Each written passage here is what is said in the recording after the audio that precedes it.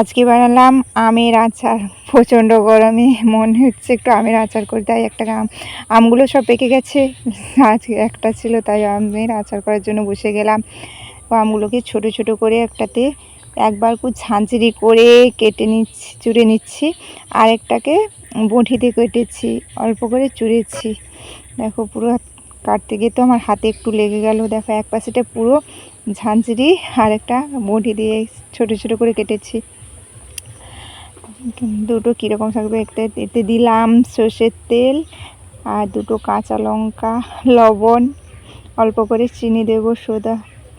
এখন এটাকে মাখিয়ে নেব।